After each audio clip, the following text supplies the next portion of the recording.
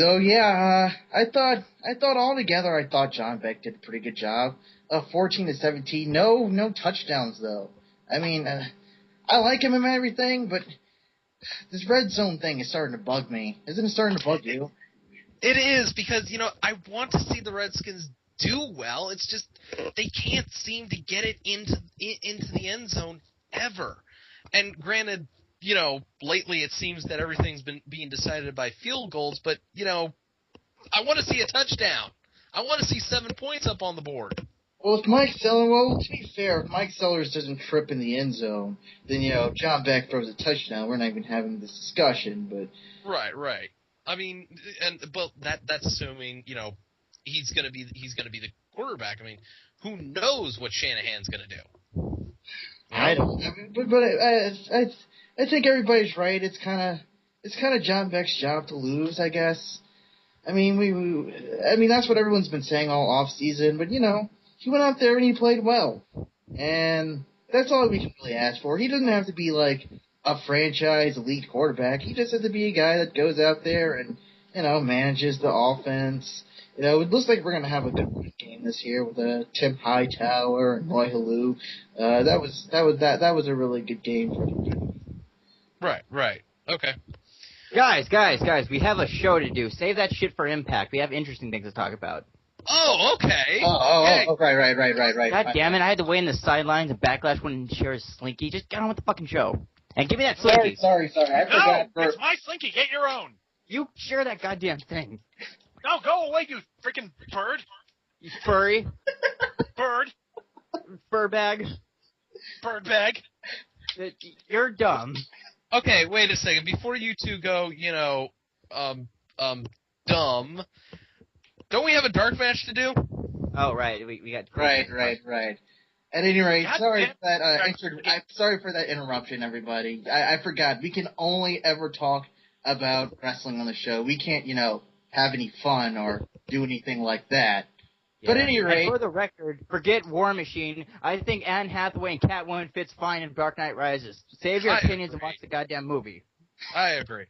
At any rate, welcome, ladies and gentlemen, to yet another episode of the Dark Match. As always, I am No Leaf Clover, and joining me tonight are...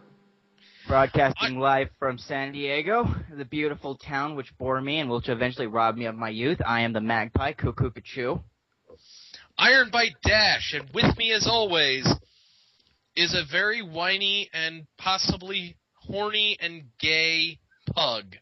I'm not sure what. And I am, of course, your foxy friend Backlash, and the only thing I have to add to these proceedings are dicks. Lots and lots of dicks. Why does it always come back to dicks? That's all we talk about, guys. and we're not doing this show. Speaking of dicks, let's talk about Iron Sheik and what he's tweeting. My agent's John Megan with some jabroni, no good motherfucking piece of garbage, Hulk Hogan. Wait, Wow, what? Well, the background to this is that apparently Sheiky Baby wasn't very happy that his agent was meeting with Hulk Hogan. One dick's mad at another dick? Pretty much. As much as I mean, we love Sheiky Baby. We do. But he's got such an obsession with Hulk Hogan, it's not even funny.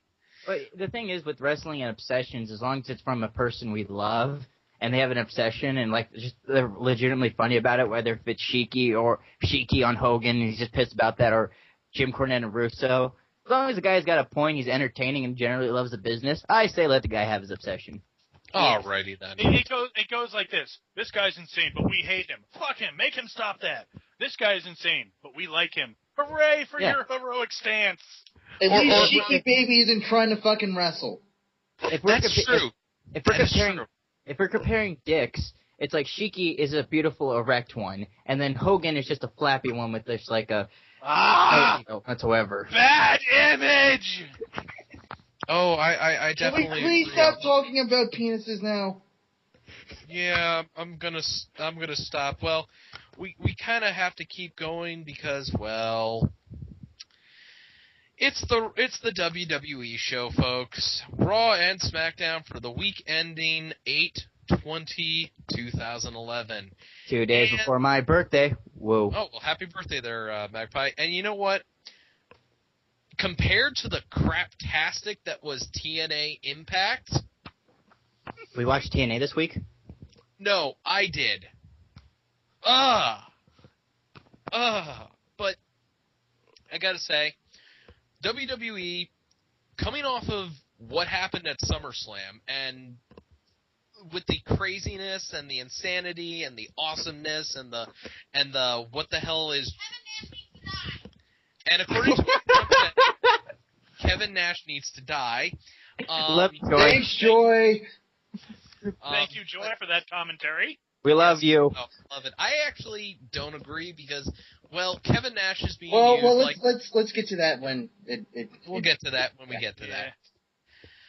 So, Raw. It kicks off with a Triple H promo. Hey guys, we're back in the early 2000s. We've made that joke. Moving on to what he said. Okay. No, but you know, well, it bears repeating because this was kind of the thing I was afraid of when Triple H came back, was that it was going to be every fucking week he was going to show up and talk for 20 fucking minutes about something. And I like Triple H. I do. Triple H is the reason I fucking watch wrestling. He was the first wrestler I ever saw. It was him versus The Rock on an episode of SmackDown. I like Triple H. I like Triple H, but I don't want to see him open the fucking show every week. If he's gonna take an authority role, he can't do this.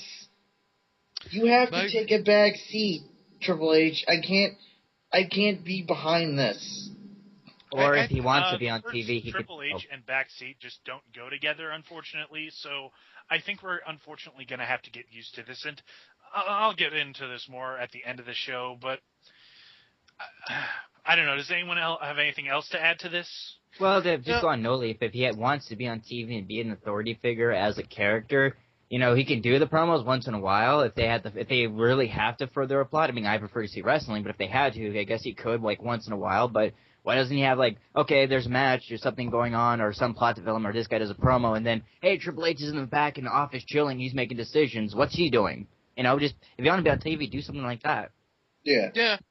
It is kind of stupid to have Triple H come out and go, I need to make a 20-minute promo every single frickin' week.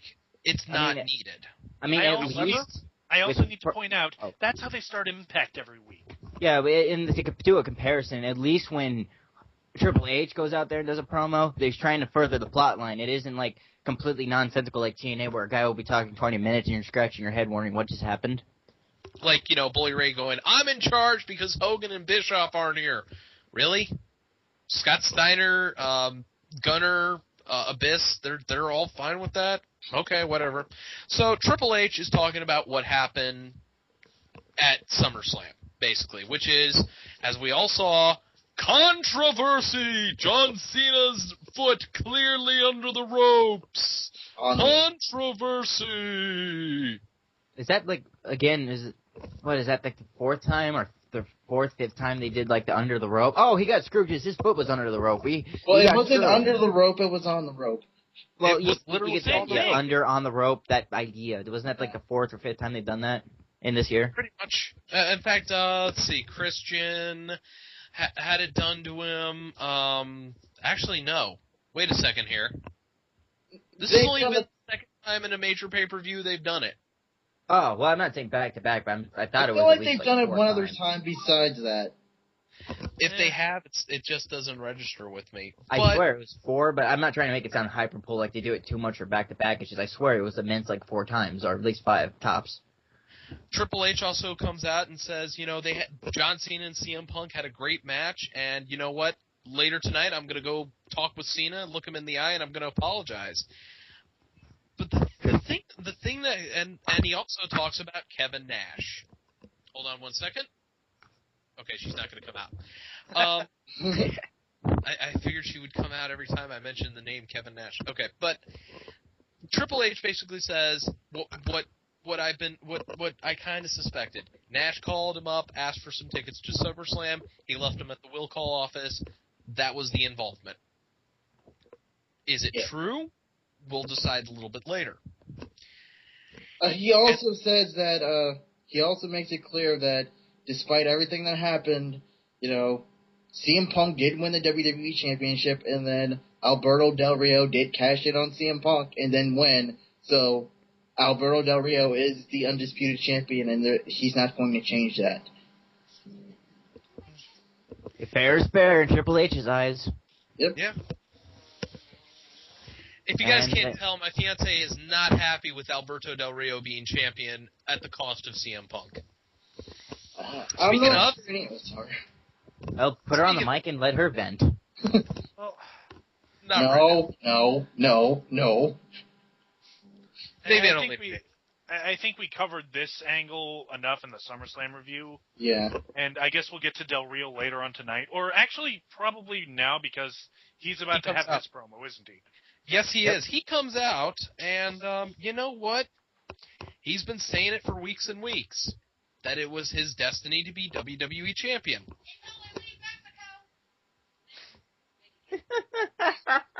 Hi, Joy. We need to make her a cast member. I'm in. Yeah, I think we do. At any rate. Hand her the mic. Yeah, okay. Simmer down. Del Rio basically tells us that it was his destiny. I'm not going to even say it was his destiny. He used to say it was his destiny to be World Heavyweight Champion. It was his destiny to be champion. We'll leave it at that. And that's a little bit more apropos. It's fair, though. I mean, it's like he wanted to be a champion. He didn't say specifically what champion. It's just his destiny to be a champion. So, it's like WWE covering up their bullshit. I'll roll with it. Whatever. And he also pretty much says he had nothing to do with Nash. Do I believe him? Again, we'll get to that a little bit later because later on tonight, Kevin Nash gets to say his spiel and yay. This is what happened at SummerSlam. Later on tonight, Del Rio does talk about. Remember, they're in San Diego. Very big Hispanic population. Very big on Rey Mysterio. I'll take it from here. I'm from Sandy. In San Diego, we pretty much worship two things: Rey Mysterio and the San Diego Chargers. We erect golden idols in their image, and we just try to praise these people. So obviously, Del Rio was trying to get easy heat on Rey because they had a match that night as the main event. And I got to say though, being a hometown boy, God, that sports arena is a fucking hole. If it looks good to you guys. If Monday Night Raw looks good to you guys, that's great, and I'm glad TV production was able to cover that up, but going to the sports arena, that place is a fucking hole. Well, I believe you. I mean, it does not look nice. No, it did, I was like, man, this arena does not look that good. Yeah, it didn't look very good on camera, but on the subject of Rey Mysterio, does anyone ever go over in their hometown? I can't think of one occasion. British Bulldog. CM Punk does go over in his hometown. Yeah, CM Punk went over in Chicago, but that was for storyline purposes. And, of course, British Bulldog beating Bret Hart for the Intercontinental title. Oh, and then the Hart Foundation versus Stone Cold's team at the Canadian Stampede. But it's pretty much the easiest way to get heat, and I pretty much saw the ending of the main event match coming, but we'll get to that. Yes, we will get to that. So I gotta say, though, I am proud of my hometown for at least being a lively crowd. Yeah. Yes, I did see that they were pretty damn lively. So we go to commercial. Of course. I mean, one tangent. I'm sorry, but we get WWE. We get constantly fucked out of your shows. I mean, you rarely show up like once in a blue moon. I mean, now you made 2 appearances this year. Okay, fine, that doesn't make up for it. Show up more times. You kiss LA's ass. I don't know why, because that town sucks. But you should come to SC more. Wait. Magpie, a little bitter, are we? Magpie, do you ever think it's maybe they don't go to San Diego because the sports arena as a whole? Oh yeah. So we go to the backstage where Triple H enters John Cena's locker room. But do we see John Cena at all? No, not really. But that doesn't matter right now. Yeah, we want to see him getting dressed. Because now we go to commercial, we come back, and R-Truth has music. Hallelujah, hallelujah. Oh, I don't like that he has music now. It's a remix of his old What's Up theme.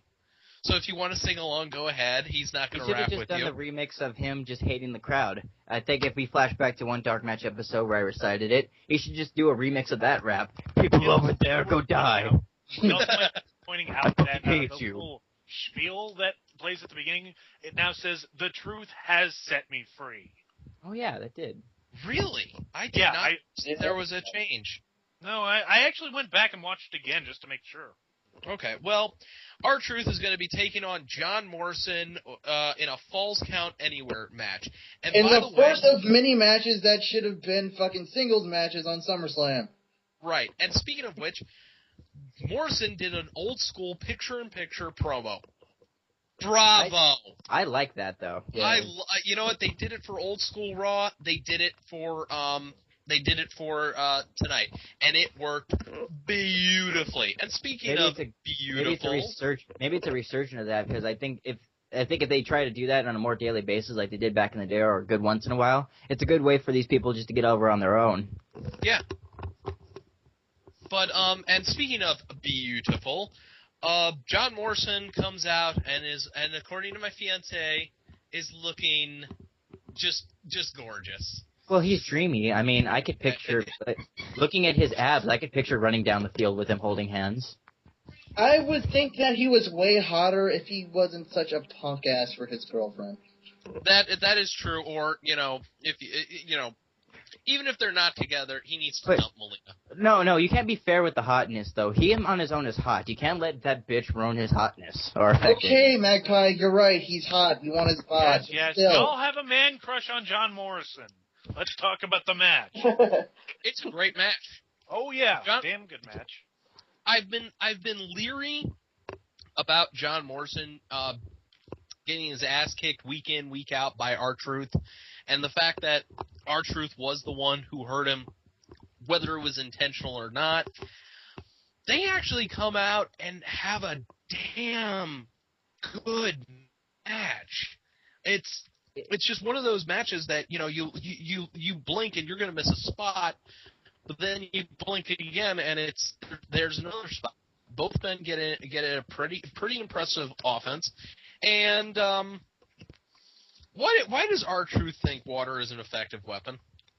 Water's super effective against Morrison types. Apparently. One thing I knew that joke was coming from somewhere. That's going to be one of his signature moves in WWE 12. R-Truth, use water gun. It was super effective. So, one thing I do got to say, though, about the match, it was a solid match. I agree with everything Ironbite said, but when you hear Falls Count Anywhere and John Morrison, I'm thinking, oh, this is going to go all over the place, isn't it? And sometimes that could be really bad if you go, all over the place and just drag, and it's just these dudes I'm wrestling against this backdrop, which the fans are at, and now I'm in front of the contestant tents taking a hit. It could be boring, but I expect a Falls Count match to, just to go all around the place. But now I think I know why, looking back at that, why they didn't go outside or really take it, because if you've been to the sports arena, it's a hole. Yeah. It's a hole, but if you remember the Jeff Hardy versus Umaga match, they were outside. That was the last time they were outside in San Diego, because if you go outside the sports arena, that's exactly where all the strip clubs are at and the shitty... Oh, wow. So, it was honestly nice to see a Falls Count Anywhere match that showed some restraint. Yeah, for the most part.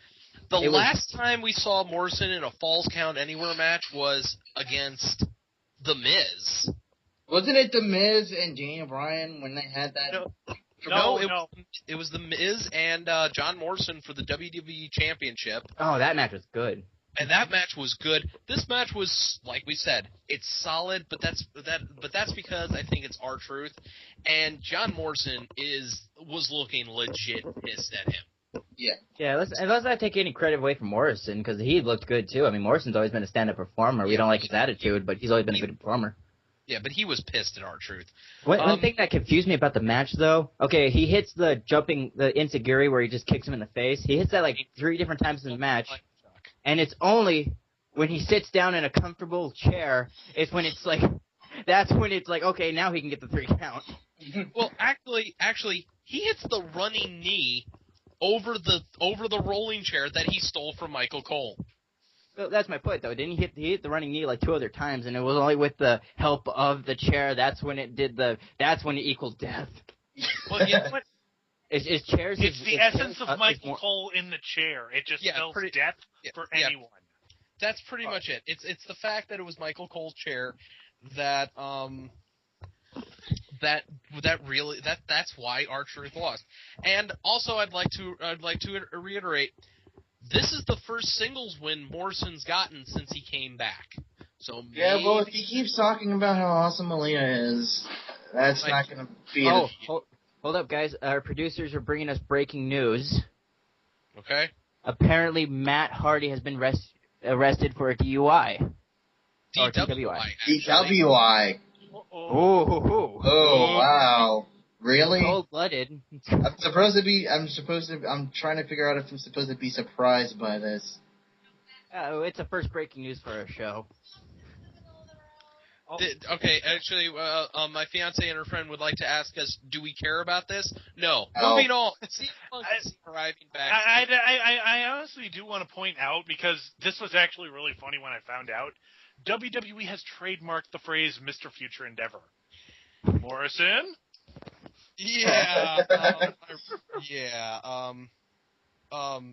Let's not speculate what they're going for that, because we have CM Punk in the backstage, and if he looked happy, we'd be lying. Yeah. So we go to commercial, we come back, and hey, remember when Rey Mysterio won the World Heavyweight Championship against Kurt Angle and Randy Orton at WrestleMania 22? How can I forget it? Everyone in my home in San Diego was watching it in a big screen, and when Rey won, it was just like the greatest thing ever. We started hugging and high-fiving. Too bad that match wasn't that good. That match was like 5 minutes long, Magpie. Why would you even care? Oh, yeah. And by the way, after this package, I'm already sick of seeing Rey Mysterio win championships. Well, yes, you know what? Ed, he's the ultimate underdog. I don't care. He has this video promo. It just says this will not end well tonight. Yeah. Yeah. They might as well have just gone. Rey Mysterio is not going to win. We're hyping him up way too much. But now, let's talk about everyone's favorite part of the night. The Miz doing a promo for no particular reason. That he was doing a promo for no reason. I'm sorry, but I have to geek out here. I think Backlash is squeed. Yeah, I mean, granted, I love the fact that we get to see The Miz do a promo on Jared from Subway, of all people. He hasn't been doing commercials for them for like 4 years. No. He's not that relevant, but... God, that's like if he's trying to start a feud with the Jolly Green Giant in the 50s. It really is, but The Miz basically says he can be a better spokesman for Subway than Jared. Miz, you might want to check something. Jared hasn't been the spokesman for Subway for about 2 years. The last time we heard anything about Jared from Subway was that he... Hold on. I'm being told something. The Miz made me want Subway more than Jared ever did 2 years ago. I would agree. Okay, well... Subway will always taste like ass. Go to your local deli and support them. We don't have we had a local deli around here, but it closed. See, that's what happens when you eat at Subway, people, listeners out there. I like Quiznos. You know what? Yeah, Quiznos closed too, or they moved. I don't know. Anyways, moving on. I guess the point of this promo, if you want to actually analyze it, is The Miz can do anything because He is a star. He has made himself a fucking star, which is just amazing when you think about it.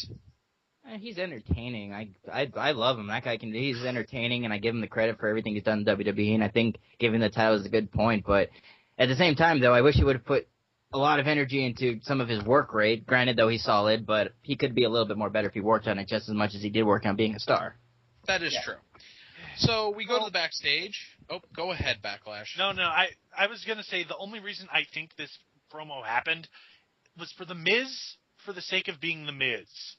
They're like, Miz, we have nothing for you to do on this show, but we've got about 6 minutes to kill, so go down there and fuck with Jared, who's sitting in the front row.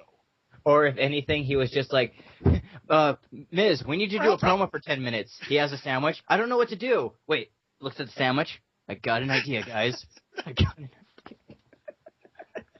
So, but you know what? This gives me an idea. I think we on the Dark Match should just randomly start promoting whatever foods we like. So, I'm gonna promote Popeye's chicken.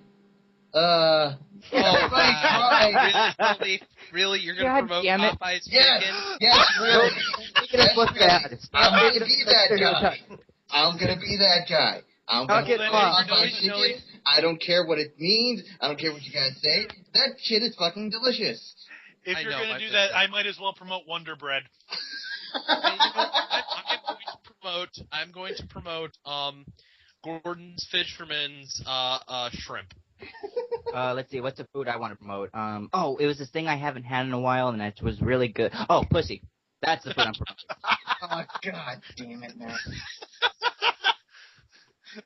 So, moving on, we go to the backstage where Getting sued. Yes, we are getting sued. We get to a limousine, and out comes Kevin Nash. Thank you very much. And we go to He's limping. He was limping.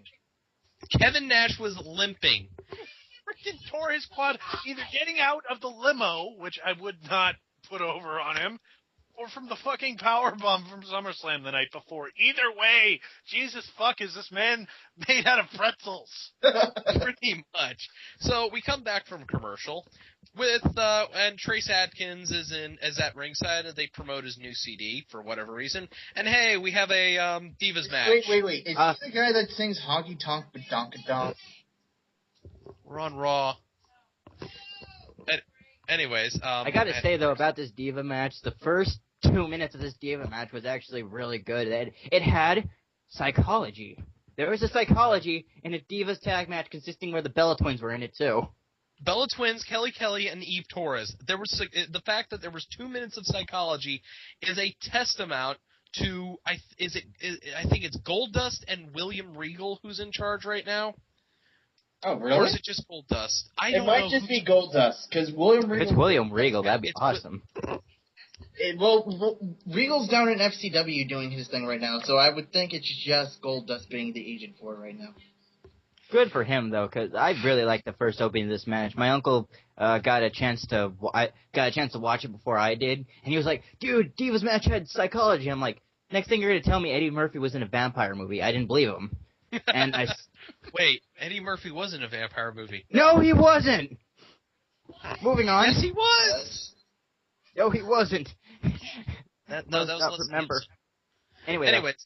I was completely... I mean, granted, though, the rest of them, it went into Diva territory where it got stupid, but it really was awesome. It was. It wasn't awesome in the sense that quality-wise awesome, but it was awesome to see that they're making effort, they're learning, they're trying. And it's the Bella Twins who are trying this time. Yes. But honestly, why the Bellas? Why not Natalya and Beth Phoenix? Oh, I totally agree. That would make too much sense. Yes, exactly. So, like we said, 2 minutes of decent psychology. The fact that we have 2 minutes of psychology in a fucking Divas match that involves the Bellas, Eve Torres, is just amazing. Winners, because it's a Divas match. Winners are Kelly and Eve Torres, with Eve Torres hitting the moonsault that Michael Cole knows so well, and yeah. After the match, however, speaking of, the Divas of Destruction, Beth Phoenix and Natalya wearing black dresses and heels. They're wearing black. They're evil. I thought they were well, no, that's their motto, pin-up power, never mind. Yeah, and they come on out, and apparently Beth Phoenix had something to say to them via Twitter, because we can't give Beth Phoenix a microphone. Lord knows. I don't understand this company sometimes. Yeah, I don't either. Well, at least we get to see Beth and Natalya on TV every week. And That's looking true. at the positive, we had 2 minutes for of however psychology. long this will last. And That's to true. look at the positives, though, not to be a pessimist, but we had 2 minutes of psychology, of them trying psychology in a match where we wouldn't have suspected that out of either candidates. And then we got to see Beth and Natty. Maybe things are going to get better. So Oh. did anybody catch what Beth Phoenix said via Twitter? No, Leaf? I don't follow her on Twitter. No. Okay, so I don't care. have a Twitter. Kevin Nash comes out next. No music. No music. They couldn't even get his fucking Diesel theme. Yeah, They the one he used at the fucking Royal Rumble? They couldn't even dig out the old NWO theme they used. No. Maybe it was he because just he's an comes on out. outsider. Ooh. Also they announced him as a former WWE champion, WCW champion, and one of the most influential stars in history. Hold on 1 second. Wow. Hey, Joy. Kevin Nash, one of the most influential and charismatic superstars ever. Thank you. Seriously, she needs to be on the show. Get her a microphone right now. Well, she says once a month, everybody. You're on. We're booking you. Basically, Kevin Nash comes out and decides to explain his actions at SummerSlam. Okay? And it basically came down to this. He was sitting ringside watching the show, going, "This is enjoyable," and he gets a text. He gets a text message, and basically it said, "Stick it to whoever was champion." So many ways to interpret that. Must not go for the easy joke. Oh, chicka wow wow. No, I'm going to go with the literal interpretation. What he did at SummerSlam was what he meant in terms of stick it, and it was signed. I forget who it was signed. I forget. He signed who a it was text signed. message. It's somebody. That's what No, he he said. said Triple H sent him the text message. Did he really? That's what he said. We don't know if that's the truth. Well, Joy is just going off in the background. yes, she is. We're being amused. However, I'm going to say this: up until what's coming up next, this promo was just fell flat. Thankfully, Nash the can't talk. came out. Well, to talk about what Kevin Nash, it seems to me like they didn't give Kevin Nash a fucking script. And considering how heavily everything else on the show is scripted, it's really fucking shocking. Because Vince is still there. That he gave Kevin Nash a live microphone without telling Nash what it was he needed to fucking say. Okay, no, Leave. I'm pretty sure they did give him the script, but he was so drunk he couldn't remember it. There's that. That might be why he was limping. Yeah, So, that could explain it. There's like a bar. There's like 5 bars down the street from the sports arena. Dude, he sounded drunk. He did sound drunk.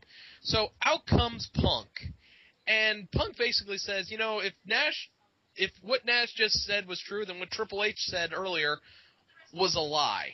And also, I got a text from my little sister, and I quote, because it was hilarious when I saw it, so I have to repeat it. OMG, Kevin Nash, WTF, thought he was dead, LOL. OMG. Again, we say this a lot for Punk's promos, but we really can't do it justice.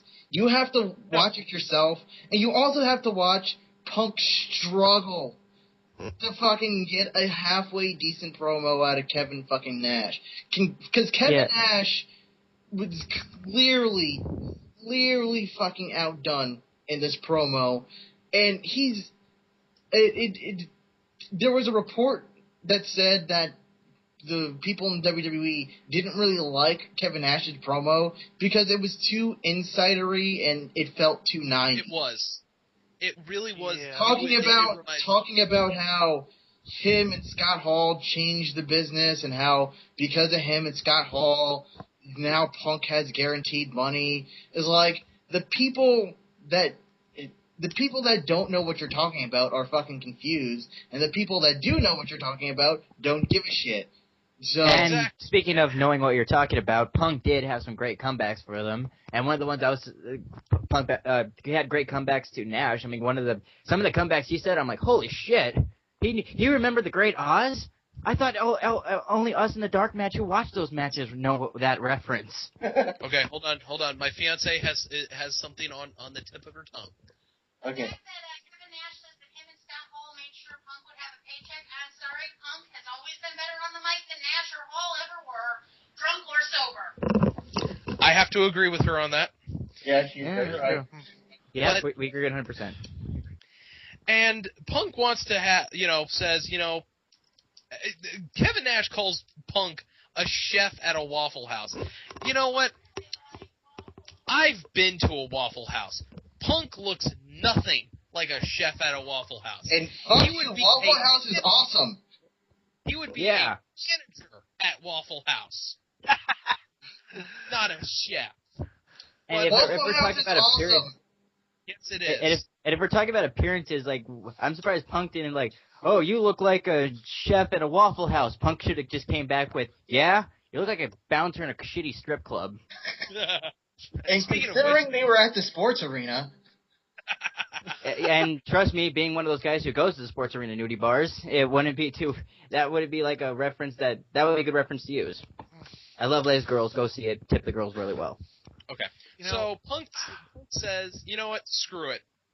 I need to do something about you. And he goes down to the ring to confront him. And someone wisely remembered Kevin Nash can take a punch just about as well as Hogan, and the fiancé has something more to say. Where did security come from? They appeared out of fucking nowhere. That's a good point. Where the hell did those guys? Yeah, they weren't at ringside before, so they had to come through the fucking crowd, which is fucking weird. That is weird. And we're actually missing a comeback, though. One of our producers brought it to us. Punk called Nash out for calling Eddie Guerrero of a vanilla midget. Oh, yeah, he did. Mm-hmm. So Punk basically says, if security's out here, and there's 4 guys out there, by the way, and the security guys are actually local indie guys. I later found out. And Punk goes, if security's out here, that means there's nobody at Triple H. Bye. And he basically goes backstage to go confront Triple H. And guys, I gotta say this. They're fucking pushing it. They're gonna do CM. They're gonna waste CM Punk on Kevin Nash. They're gonna fucking waste CM Punk on Kevin Nash. I love Punk. I think he can carry a lot of people to a decent match. I don't want to see CM Punk fucking wrestle Kevin Nash. I know, you just took the words right out of my mouth. Not even CM Punk can drag a good match out of Kevin Nash in this day and age. Well, maybe in context, like, say if there is a match, and I use that very loosely, and it kind of makes me sick to say that, but if there is a Nash and a Punk match, it could work to Punk's advantage, because if they book this right, any good sense booker would be like, okay, Nash is going to get 2 good punches, and then Punk's just going to immediately whoop this dude's ass and put him in a submission. But we know that's not going to happen, though. Because he's the slick. And this is clearly one of the downsides of having Triple H kind of be sort of in charge. Because, again, no one wants to see Nash. Certainly no one wants to see Nash in a major feud. And no one wants to even imagine the possibility that Nash could get a win over CM Punk.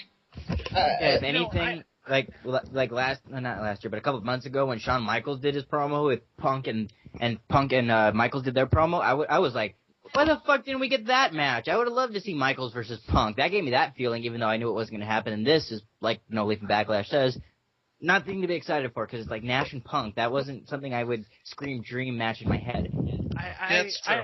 I have to admit, back at the Royal Rumble, yeah, I popped for Diesel, because that's the proper way to do a nostalgia bomb like this. You get this old guy come in, you haven't seen him in a while, he's come back and he looks like he used to back in the day, he does a couple spots, he's there for 5 minutes, and then boom, he's gone. Yeah. That's how you do it! We don't want to see him in a fucking feud. No, we don't. Especially not with someone as talented as CM Punk. So we go to we have another one more thing. One more thing I have to point out. If they do feud, Nash is going over. Yeah, that is a scary thing, because he is part of the clique, and the clique watches out for itself. Yeah. It was true 20 years ago. It's true today. It could be worse. It could be worse if that happens. That's It true. could have been Scott Hall. Yeah, if Scott Hall does show up, although there are reports going out that Scott Hall has kind of cleaned himself up a little bit. I'll believe it when I see it. Wait, what did Joyce say about Scott Hall? If Scott Hall shows up in the WWE, she's done. Forever and ever, amen. Until he's gone, at least. So we have another video package. It's Rey Mysterio winning at Fatal 4-Way. Blah, blah, blah. So we go to the back after the commercial, and Kevin Nash is trying to find Triple H, and he doesn't find him. Instead, he finds John Laurinaitis. I have to do this. Two people I don't want to see on my TV. Dun, dun, dun. The plot, she thickens. Because now, even though Kevin Nash said Triple H sent the text, maybe Johnny Ace got a hold of Trips' cell phone there and sent the text. Or Stephanie did it, because after all, Punk really disrespected her. And then I realized something. John Laurinaitis is in a major storyline. I'm with my fiancée Joy there. I want to puke. So right now we have Triple H, Kevin Nash, and John Laurinaitis all on TV at the same time. Well, it's just Kevin Nash and John Laurinaitis, but still. Wouldn't at one point this be considered nightmare fuel? We're getting to Nightmare Fuel. Hold on. I think I saw Freddy running around in the background somewhere. According to my fiance's friend Shelly, and she says hi, by the way. Our roommate Shelly, she may have seen Freddy Krueger in the background there.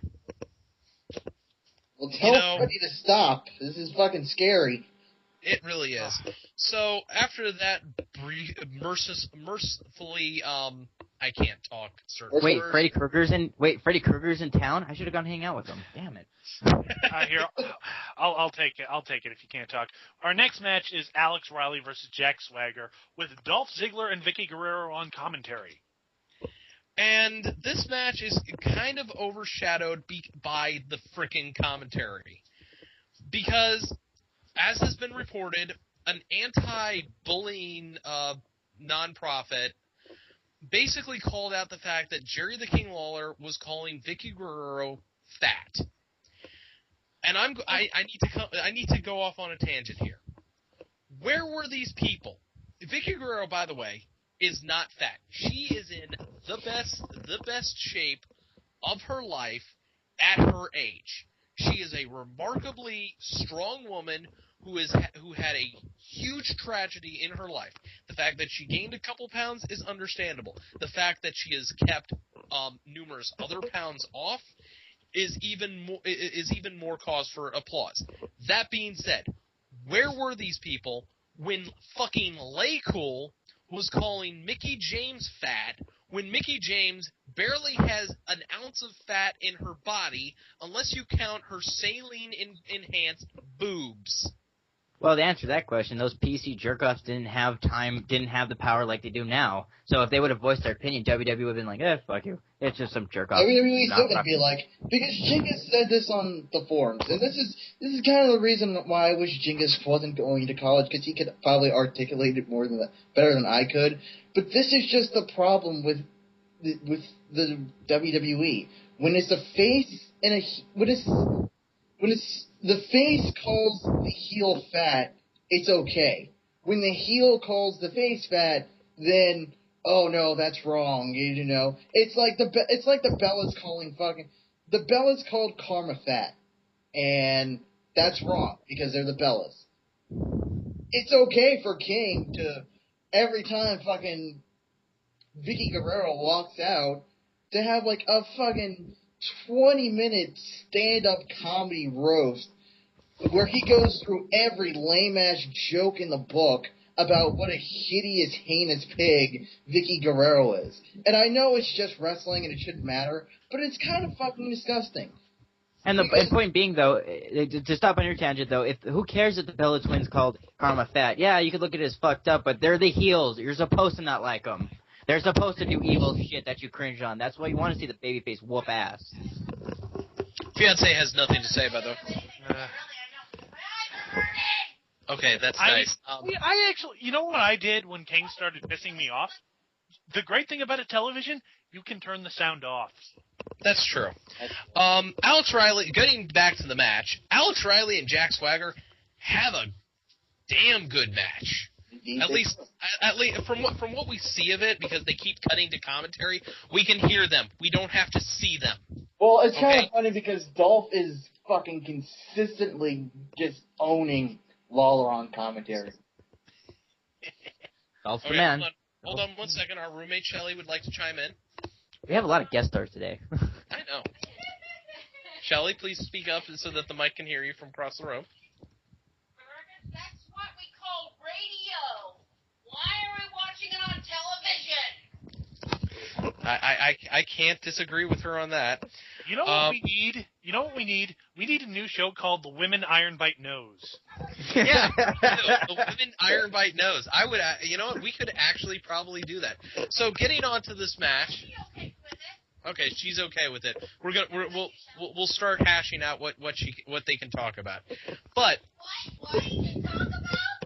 Okay, like moving on. Moving on. As I'm about to get killed. Move on. So Swagger and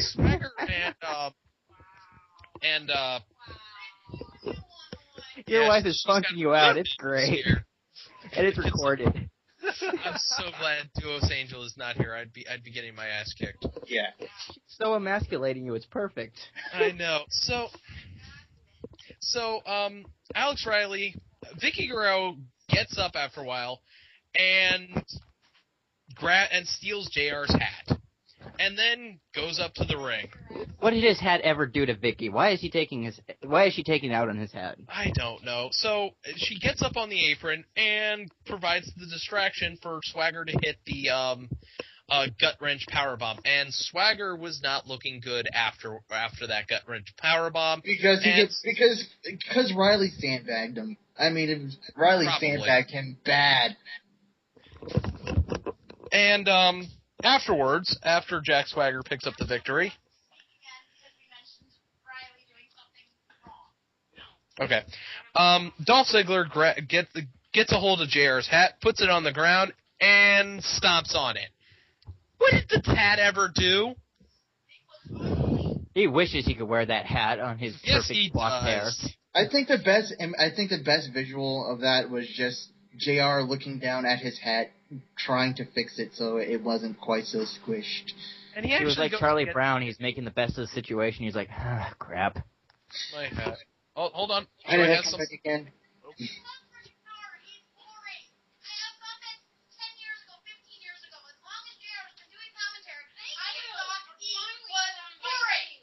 Guys, do you have anything to refute the fact that my fiance and our roommate Shelly thinks JR is boring? That depends. I give my opinion. Moving on. So we showed with footage of last month of Rey Mysterio winning the WWE Championship from The Miz last month. Big whoop. Not end well. So we go backstage where Vicky Guerrero is walking around, and here comes Jack Swagger. Jack Swagger, he's an all-American boy. I love Jack Swagger. Hey, where's my son Goldust?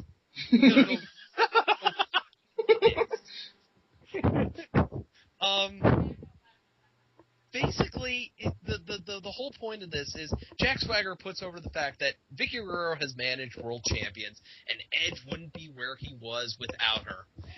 And basically, you know, he thinks that she needs to expand her roster and basically become the next Bobby Heenan and Freddie Blassie. Well, let's think about it. She pretty much is. I mean, Yeah, she kind of is. Let's not be against that, honestly. No. That's pretty much what she is. She is that kind of heat magnet. And I think they should put. I think they're doing this just, you know, for the angle part of it, like Dolph might eat her or whatever. But I think they should put Vicky with Swagger because Swagger needs someone to talk for him. Swagger is agreed. Swagger needs someone to cut his promos for him because every time Swagger someone talks, who isn't Michael Cole. Yeah. Yeah, and then I agree with that because, like, Swagger, after working with Cole for a while, that guy needs all the career help he can get. I mean, granted, it's not like, Tyson Kidd's starting to recover, but still that Hornswoggle thing's bogging him down. But Swagger can get healed if he has the right person with him, and Vicky can help him. That's true. Yeah. There's that too. So we still in the back after we get to see some footage of SummerSlam Access, which apparently was an awesome event. And still glad I didn't go. I know you are. So CM Punk is in his locker room, and there's Stephanie McMahon, and she basically goes, you know, I'm sorry you lost. Technically, you never won since Cena's foot on the rope. I guess in the end, people always get what they deserve. Dun, dun, dun. You know, the one thing I loved about this, I loved Punk's reaction when he walked into the room and he sees Stephanie. He's like, oh, Jesus Christ. Not you, That too. was priceless. Who's next? I swear to God, if Shane McMahon shows up next, I'm just going to fucking leave. Is that Linda? God damn it. I'm out of here. So our next match is tag team match. Kofi Kingston and Evan Bourne versus McGillicuddy and Otunga. I gotta say the whole point of this match, like the match itself was I enjoyed it, but the one thing I enjoyed the most about it, and I hope it's just like a hint towards the future, was the thing I took away from the match was Jerry the King Lawler, Jerry the King Lawler and JR talking about, McGillicuddy and Otunga need more opponents. They need more tag team. Well, so I hope it's they were saying stuff along the lines like they haven't really wowed anyone. And I think that's kind of an odd thing to say about your tag team champions. Yeah, there is that. But then again, remember how they won. CM Punk kicked Kane, or was it Big Show, in the back of the head. Big Show in the back of the head, and they won. They owe their tag team championships to CM Punk. And this match was mostly in the favor of Evan Bourne and Kofi Kingston, which is a good pairing. It's like if they want to keep continuing these two as like what I meant hint was I don't know if it means they're going to completely rebuild the tag team division, but if this could mean like Kofi Kingston and Evan Bourne having a tag team and they eventually win the belts, I'm all for that. Yeah, I'd honestly like to see them with the belts, but I think they're kind of what I like to call the interim contenders right now. They're the guys that go for the belt, but don't get it until the next guys who get it. Yeah. And who knows who that's going to be. It could be the Kings of Wrestling. It could be the Young Bucks. It could be... Oh, sorry, Ironbite. You said Kings of Wrestling with the WWE titles, and I just went to a state of euphoria and happiness. Before that happens, I think they need to change the fucking belts. Agreed. Yeah, the giant Spartan penny belts do need to go. You know what was a sick tag belt? The tag belt they had in like the 90s with the eagle on top? That was a cool fucking belt. If they bring that back, that'd be awesome. I like the ones they had when they were on SmackDown. No, both those were solid the ones, Raw too. and SmackDown belts were really friggin' good. Yeah. You should have just kept either one of those. Yeah. Basically, and the match actually ends as we're discussing this. Kofi Kingston hits Trouble in Paradise. Bourne tags in and hits a beautiful shooting star press for the win. Dude, is that guy's spine made out of rubber? Seriously. I do not I don't know I mean, how he does it. I don't know how he does it that way, that pretty, every night. I mean, I love Evan Bourne, or as we all know and love him as Matt Sydal. Sydal. I love friggin' Evan Bourne. He is just he is what I consider to be he is one of the best high flyers the WWE has, and just to see him winning matches over people That's how memorable the roster is. Yeah, exactly. Just winning in general. Yeah, is awesome to see. Yeah, I really would like to, granted, I agree with the idea of putting Vicky with Jack Swagger in an attempt to try to save his career, although I think it's flatlining at this point but couldn't be saved. I would have rather see Vicky gravitated towards, Evan as his manager or whatever, or the point is, because if he, I would like him to go up for the for the U.S. title. I would love to see him as a U.S. title, and I think anything, even if it's Vicky, and that means her turning face or whatever, Bourne turns heel, to see him get in that position where he deserves the belt, that would be great. I think he would make an excellent U.S. champion. Yeah, unless Triple H completely goes away from the whole guys bigger than Evan Bourne in terms of WWE champions, U.S. title, Intercontinental title is probably the highest he'll ever get in terms of singles competition. But moving along. Hey guys, they've been hyping it all night. Yeah. It's time for the WWE Championship match. And it was also the last time you see Mysterio for a while. Yeah, Mysterio during this match, by the way, he hurts himself. You know, Ray, I loved you back in I loved you back in WCW. You had a good run in WWE for 5 years. Now it's time to retire. And we're not saying that. Your body is breaking down. Just go home, pack it up. Sin Cara's got this. And we're not saying that in the way where you're hogging the spotlight. You put people over. We love you that much. We want you to be safe, right? Yeah, man. Just go. It's okay. I'm worried about him because he's gonna have no knees at some point, and he's not gonna be able to walk. I mean, he's not gonna be able to. I would say hold up his kid, but his kid is taller than he is. Yeah. So that's kind of impossible. Dominic, who is very much going to be a wrestler anyways, already has a leg up on his dad because he's already taller than him.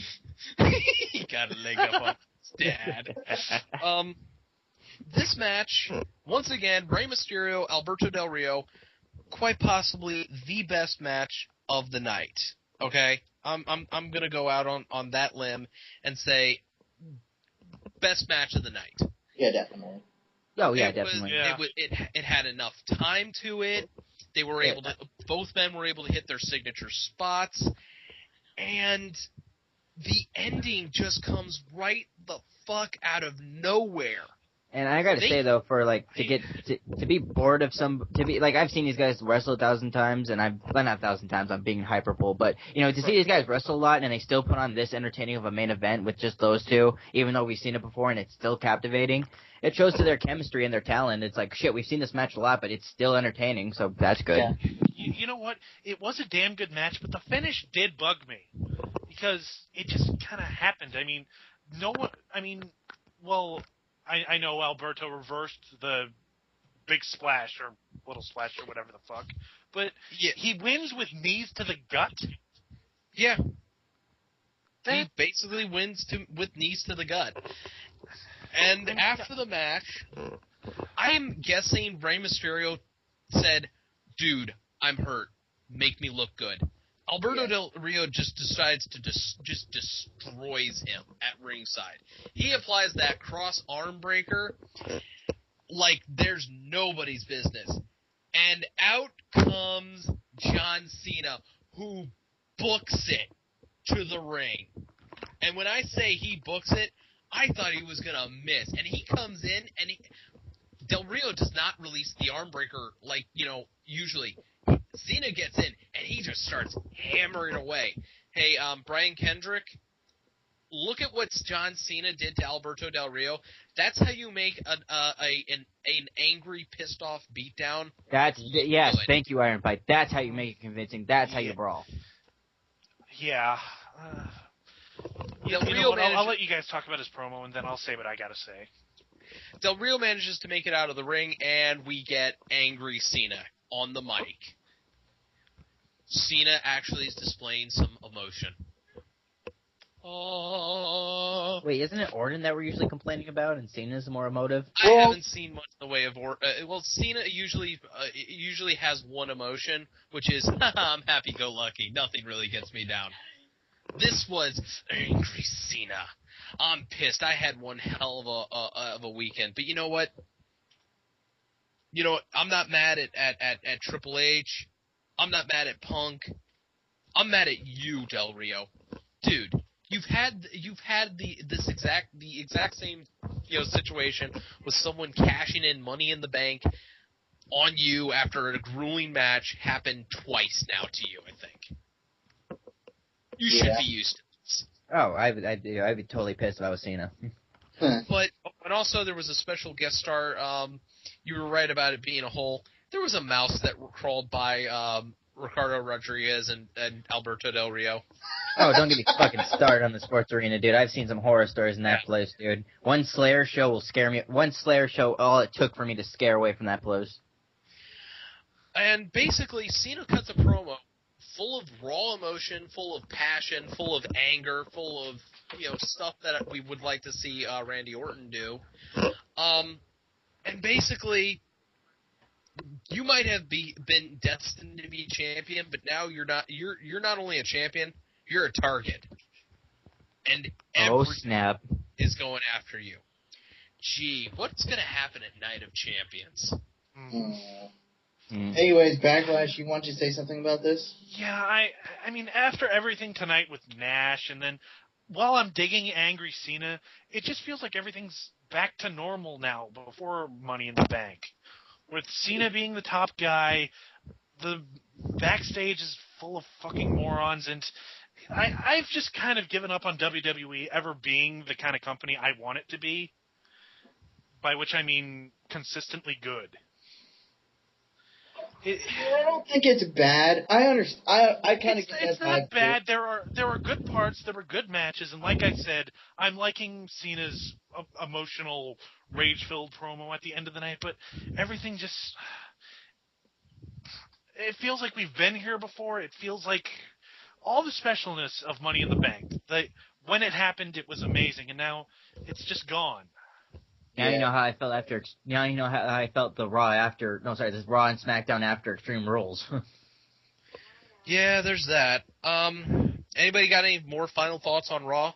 I love my hometown. I love my hometown. I hate that venue. I do want to ask you a question. You were talking about how you guys all flipped out when Rey Mysterio won the World Heavyweight Championship from WrestleMania. What went through your minds the night on Raw he won the WWE Championship, then lost it immediately to Cena? Well, let's see. Let me try to recreate this. Oh my God! He reversed it. He's got it. Yes! Ray did it! He finally filled out his dream. He'll have a 2-month reign. Yeah, it'll be short, but Ray has the main belt. He's the guy, and then he'll retire with Dick. Wait, what's Cena doing? Why is Triple H there? What are they say? No, they're not gonna have a match. No, they can't. It's gonna be stupid. They can't trade the they're gonna. Ah! God damn it! Why you screw over Ray? It's the one time he could have left on top and dropped the belt 2 weeks later. That's all I wanted. And my reenactment. Okay, awesome. That's great. Yeah, I should acting. I'm actually in complete agreement with Backlash. No Leaf, do you have any final thoughts on Raw? Yeah, I would agree with. I mean, I thought Raw was good, but I would agree that I don't think it was fair to say that the status quo had returned before, but now the status quo has returned, and the thing is that it feels like an old status quo with Triple H showing up and doing promos, and fucking Nash and Johnny Ace, and now Stephanie McMahon is on the show, and Oh my. I don't know. It's weird.